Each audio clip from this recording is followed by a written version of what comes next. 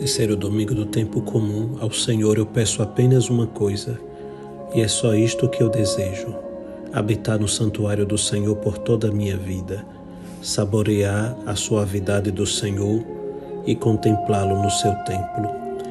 Em nome do Pai, do Filho e do Espírito Santo. Amém. Queridos irmãos, queridas irmãs, estamos nesse belíssimo tempo comum, tempo ordinário. Estamos sentados aos pés de Jesus, aprendendo dele como sermos discípulos, como vivermos cada vez mais a nossa comunhão com o Pai, a nossa relação com o Pai. Por isso nós saboreamos a presença do Senhor, a sua suavidade, a sua beleza, que encanta os nossos olhos, o nosso coração, porque verdadeiramente nós somos amados, resgatados. Vimos isto de maneira muito profunda semana passada, quando São João Batista, apontando para Jesus, disse: eis o Cordeiro de Deus que tira o pecado do mundo. Então, o Cordeiro Pascal, com seu sangue nas portas, desde o Egito, já era profecia de proteção e libertação no sangue de Jesus. O Cordeiro do Templo, que na liturgia judaica era oferecido ao amanhecer e por volta das 3 horas da tarde, ao entardecer, era o Cordeiro profético que naquela hora o Filho de Deus seria entregue. E depois vimos a profecia de Isaías, que onde Jesus é chamado servo sofredor. A palavra servo também traduz a palavra cordeiro. Então Jesus verdadeiramente é o único que tira o pecado do mundo. Jesus é o Cordeiro de Deus. Seu sangue nos é dado na cruz gratuitamente e todos os dias nós bebemos do seu sangue. No sacrifício do altar, na Eucaristia, nós comemos do seu corpo, nós recebemos a vida divina. É isso que acontece conosco, por misericórdia, não por mérito, mas por misericórdia divina. Nesse terceiro domingo, nós faremos uma outra experiência maravilhosa, porque a missão do Filho, a missão de Jesus, é a missão dos filhos. Então, a igreja não vive de modo diferente do Filho, nunca. Se você por acaso encontrar em sua vida ou na vida de outras pessoas, naturalmente sem julgá-los, algo que seja diferente do pensamento de Jesus, do modo como ele vive, como ele fala, como ele ama, nós naturalmente, pela graça, necessitamos da conversão. Porque a missão do Filho é a missão dos filhos. A missão da cabeça é a missão do corpo. A unção que está em Cristo desce para o corpo todo. Tudo que estava na cabeça, o Pai, antes de elevar o seu Filho à glória, ao mais alto dos céus, deu aos cristãos, deu à igreja. Aqui está toda a beleza da nossa vida comunional na igreja e com a igreja, no corpo de Cristo, pois ele, tudo que ele tem em si, ele passa para nós. Então a sua missão é a nossa missão. É assim que nós vivemos. Por isso que o evangelho de hoje, desse domingo, ele é aparentemente longo, mas ele vai dar essas duas tônicas, a missão do Filho e a missão dos filhos no Filho, sempre. Se encontrarmos algo diferente, não é nada daquilo que Jesus tenha ensinado. A primeira parte está do versículo 12 até o versículo 16, a missão do Filho. Depois do versículo 18 em diante até o versículo 23, é a missão dos filhos, dos redimidos, isto é, nossa, que está a missão, que está em nós, a missão de Jesus. Então vamos primeiro à missão do Filho. Ao saber que João tinha sido preso, estou no versículo 12, e Jesus voltou para a Galileia. São João Batista e o Senhor Jesus passam pelo mesmo processo diante do Pai e diante da humanidade. Que processo é esse? Primeiro, o Pai, o nosso Deus, os envia, manda ao mundo Jesus João Batista como o precursor e Jesus aquele que é o cumprimento de toda a profecia. Por isso que o maior profeta é João Batista. Então, primeiro, ambos fazem esta experiência de serem enviados. Obviamente, Jesus é Deus e São João Batista é simplesmente um profeta, mas ambos são enviados pelo Pai. E são enviados para nós, em nossas mãos. Então, ao saber que João tinha sido preso Isto é, ele se entregou. O texto, na verdade, quer dizer isso. A mesma coisa aconteceu com Jesus. Jesus, quando chegou a sua hora, ele livremente se entregou. Então, o Pai o entrega em nossas mãos, João Batista e Jesus. Nós entregamos por causa dos nossos pecados, da nossa inveja, dos nossos ciúmes, entregamos Jesus à morte e entregamos São João Batista à morte. Ambos se entregam voluntariamente por causa do reino de Deus. Então, o Marte, João Batista é um Marte, e Jesus também é um Marte. O Marte não morre. Ele, na verdade, testemunha com a sua morte para quem ele viveu e para quem ele vive para todo sempre. Essa frase não é minha, é de um teólogo chamado Silvano Fausto, um biblista. Quando ele mergulha nesse texto, ele vai dizer isso. Então, ao saber que João Batista se entregou, Jesus voltou para a Galileia, porque João Batista deu a vida pelo reino. O versículo 13 diz, Jesus deixou Nazaré e foi morar em Cafarnaum, que fica às margens do mar da Galileia. O texto parece simplesmente um dado histórico, geográfico, mas não é. Jesus deixa Nazaré e vai a Cafarnaum. Cafarnaum, no mar da Galileia, onde se torna o centro da atividade de Jesus. Então Jesus fica na Galileia, em Cafarnaum, na casa de Pedro, e ali se torna a segunda pátria de Jesus, onde chama os seus discípulos e mora até sua viagem última para Jerusalém. Por isso que o ministério de Jesus é todo ali na Galileia, depois ele vai para a Judéia. Então Jesus poderia pregar em torno do templo de Jerusalém, em torno da cidade de Jerusalém, mas o Senhor prefere ficar às margens do mar da Galileia, ali em Cafarnaum. E nós vamos descobrir por quê. Porque Cafarnaum é o limite entre Zabulon e Neftali. E é belo porque está no evangelho de hoje, o versículo 14 a 16, no território de Zabulon e Neftali, para se cumprir o que foi dito pelo profeta Isaías, terra de Zabulon, terra de Neftali, caminho do mar, região do outro lado do Rio Jordão, Galileia dos pagãos. E segue citando a profecia que é a primeira leitura de hoje. O povo que vivia nas trevas viu uma grande luz. E para os que viviam na região escura da morte brilhou uma luz. Então por que Jesus começa seu ministério na Galileia, em Cafarnaum, que está entre Zabulon e Neftali? Porque é terra de pagãos. É terra de pessoas que nunca foram vistas, ouvidas. E Jesus por lá começa seu ministério. Começa salvando, curando as enfermidades, curando os corações, expulsando demônios, ressuscitando mortos, perdoando os pecados, isto é, mostrando a verdadeira luz. Ele é a luz. Para os que viviam na região escura da morte, na Galileia, entre Neftali e Zabulon, brilhou uma grande luz. E é interessante porque Zabulon e Neftali são os dois filhos de Jacó. Jesus, ele não volta simplesmente para lá simplesmente por medo, mas por prudência. Vai a essa região para não só também fugir da Judeia, porque ele seria logo preso, mas ele vai para cumprir a profecia de Isaías 8, que nós ouvimos hoje na primeira leitura. Isaías 8, 23b e o capítulo 9, o versículo 1. Essa leitura é tão bela que ela está na noite santa de Natal. No tempo passado, o Senhor humilhou a terra de Zabulon e a terra de Neftali, mas recentemente cobriu de glória o caminho do mar, do além Jordão, que é chamada terra dos pagãos, e da Galileia das nações. E aqui o versículo 1 do capítulo 9 de Isaías, da primeira leitura de hoje, é extraordinário. O povo que andava na escuridão, no pecado, nas trevas, isto é, longe de Deus, na lama, na sujeira, na rejeição, viu uma grande luz. Para os que habitavam nas sombras da morte, uma luz resplandeceu.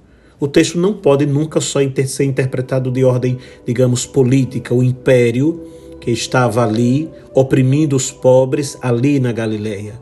Mas, sobretudo, devemos interpretá-lo como o texto é de maneira teológica, libertação dos nossos pecados, da morte e do demônio, que também afeta, consequentemente, a nossa vida social. Galileia dos pagãos, lugar de comércio. A Galileia era um lugar comercial muito forte de encontro de diversos povos. Era um lugar fora da ortodoxia da Judéia, isto é, do templo, do controle do templo. Era uma zona de limite cheia de pagãos, onde faz a ponte natural entre Israel e também o resto do mundo. Então, praticamente, quem entrava em Israel passava pela Galileia e começa pela Galileia. É o lugar ideal, e veja como Jesus é brilhante, é o lugar ideal da difusão da fé em Jesus, nele, que por meio dos judeus vai chegar a todo mundo. Por isso que Jesus começa na Galileia e desce salvando. Então, qual é a missão de Jesus? A missão de Jesus é iluminar. E nessa palavra, ela é muito bela porque daqui também deriva o primeiro nome do sacramento do batismo, iluminação. A vigília de Páscoa, nós iremos celebrar a Páscoa. A noite das noites começa com o lucernário. Jesus é a luz e a igreja canta Eis a luz de Cristo. Então a Galileia se torna para Jesus o lugar da difusão da fé. Vejam como nós somos amados. Jesus vem na sua miséria. Não importa o que você cometeu, não importa o que você fez, o tamanho da gravidade. Se você permitir, Jesus penetrará as suas trevas e iluminará a sua vida.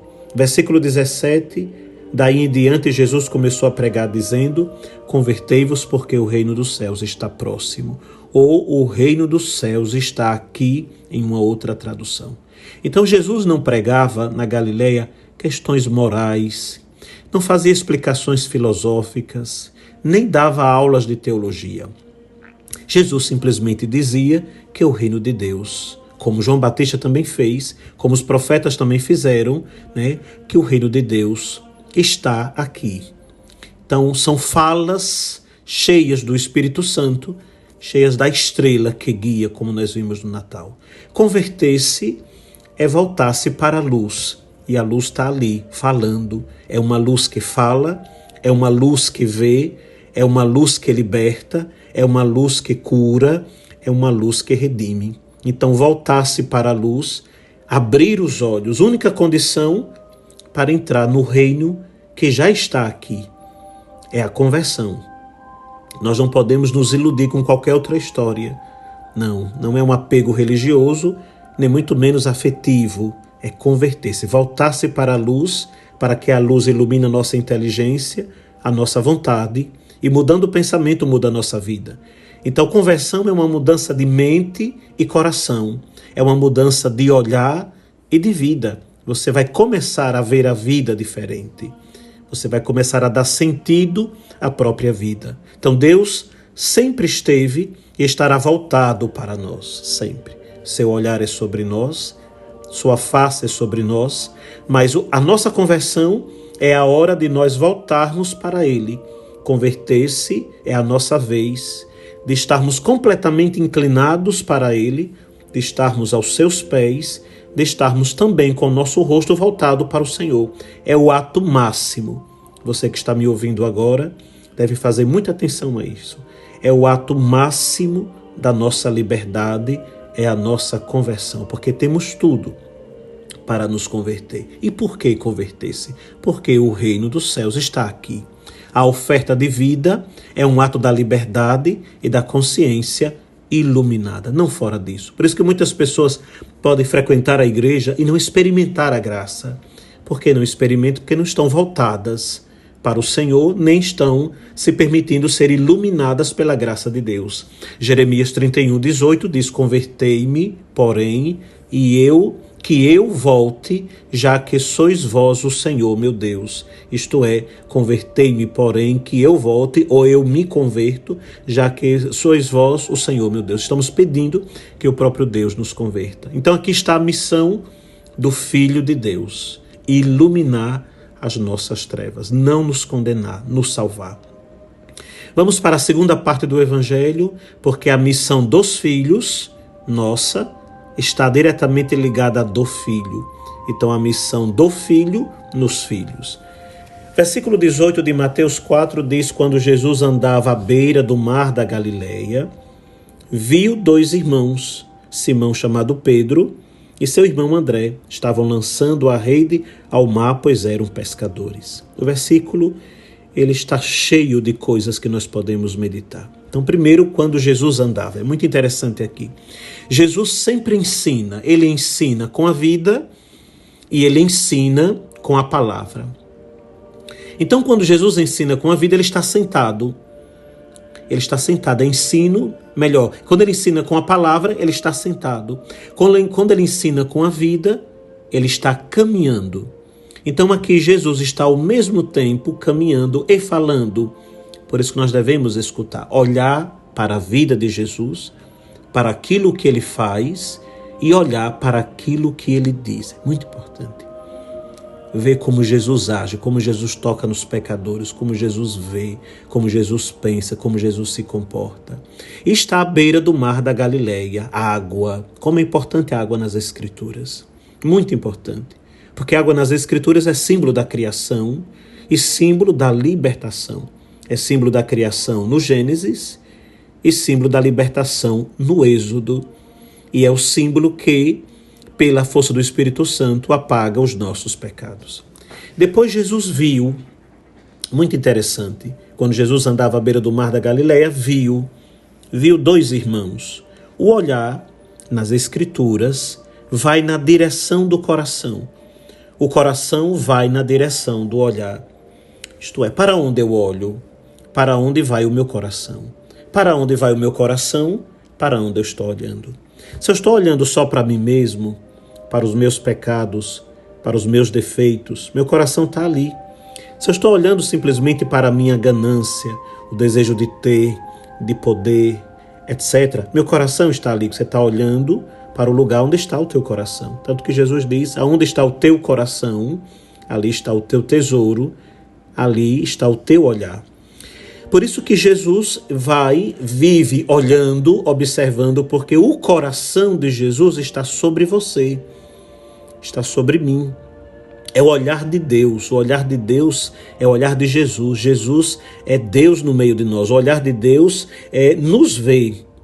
E o nosso existir é estar debaixo dessa visão do Senhor. Por isso que nós somos para Deus, porque somos vistos por Ele. É o ato da criação e o ato da libertação, o ato da santificação. Isso é tão maravilhoso que no dia de domingo nós celebramos exatamente isso. Nós celebramos na Eucaristia a primeira criação, a nova criação que é a redenção e celebramos a nossa santificação no Espírito Santo. Tudo isso se dá porque o Pai, no Filho, está olhando para nós. Aqui vem todo o nosso chamado. Então, o meu eu é o amor que Ele tem por mim. Então, o nosso existir está debaixo de Deus. Passaria depois mais minutos meditando sobre o olhar de Deus sobre nós, mas nós não temos tempo. Então, Jesus viu dois irmãos. Jesus chama a igreja a viver como irmãos e para os irmãos. É a fraternidade. Eu já disse algumas vezes aqui, vou repetir. Depois que nós somos recriados no Filho, depois que nós renascemos no Espírito, nós não existimos para viver simplesmente ao lado de pessoas, fazendo coisas juntos, mas nós existimos um para o outro. Esse é o modo da vida divina. Então Jesus chama dois discípulos de início. Primeiro chama Pedro. Pedro é o primeiro a ser chamado, como já disse, e o primeiro dos apóstolos. Mas por que primeiro chama Pedro? Porque é a pedra, mas também Kefá, pedra, quer dizer cabeça dura. Então Jesus ele quer mudar, através da ótica de Pedro, através de Pedro, que todas as nossas cabeças duras sejam quebradas no bom sentido, quebradas espiritualmente. Depois chama André, seu irmão. Eles estão lançando a rede.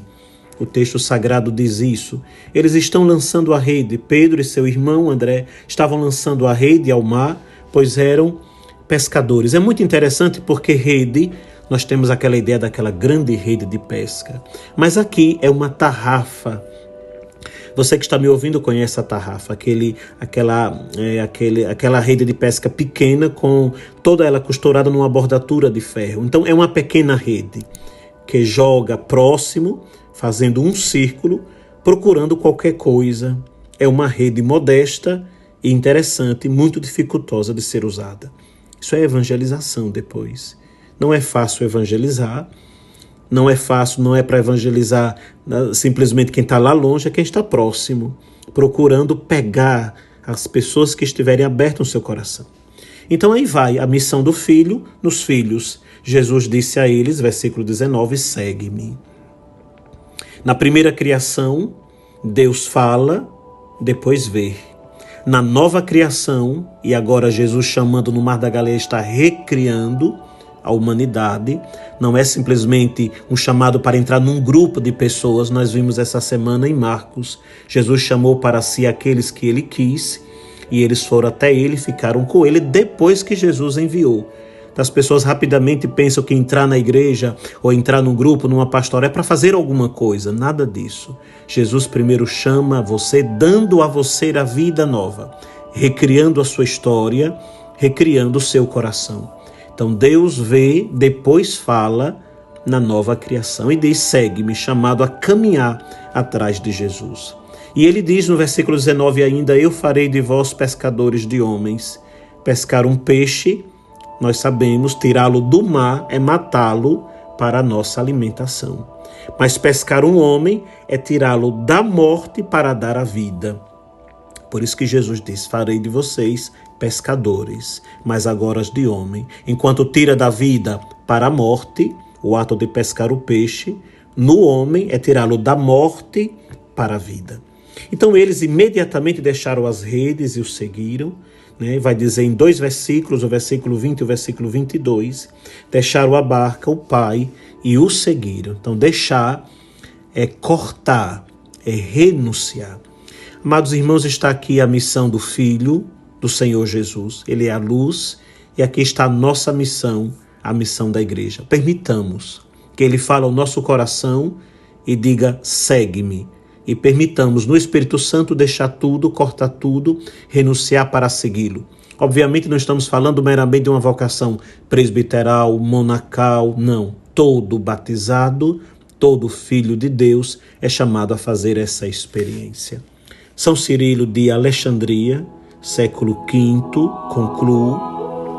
Ele diz, fomos verdadeiramente renovados em Cristo pela santificação, recuperando o esplendor original da natureza, a saber, a imagem daquele que nos criou por ele e nele, renunciando ao pecado e a inveterada corrupção. Somos ensinados a reiniciar uma vida nova. É isso que Jesus, meus amados irmãos e irmãs, está fazendo nesse terceiro domingo do tempo comum. Nos ensinar a reiniciar nossa vida, e a vida nova se dá seguindo a Jesus e anunciando o reino, pois o reino está aqui, está no meio de nós e é o Senhor Jesus.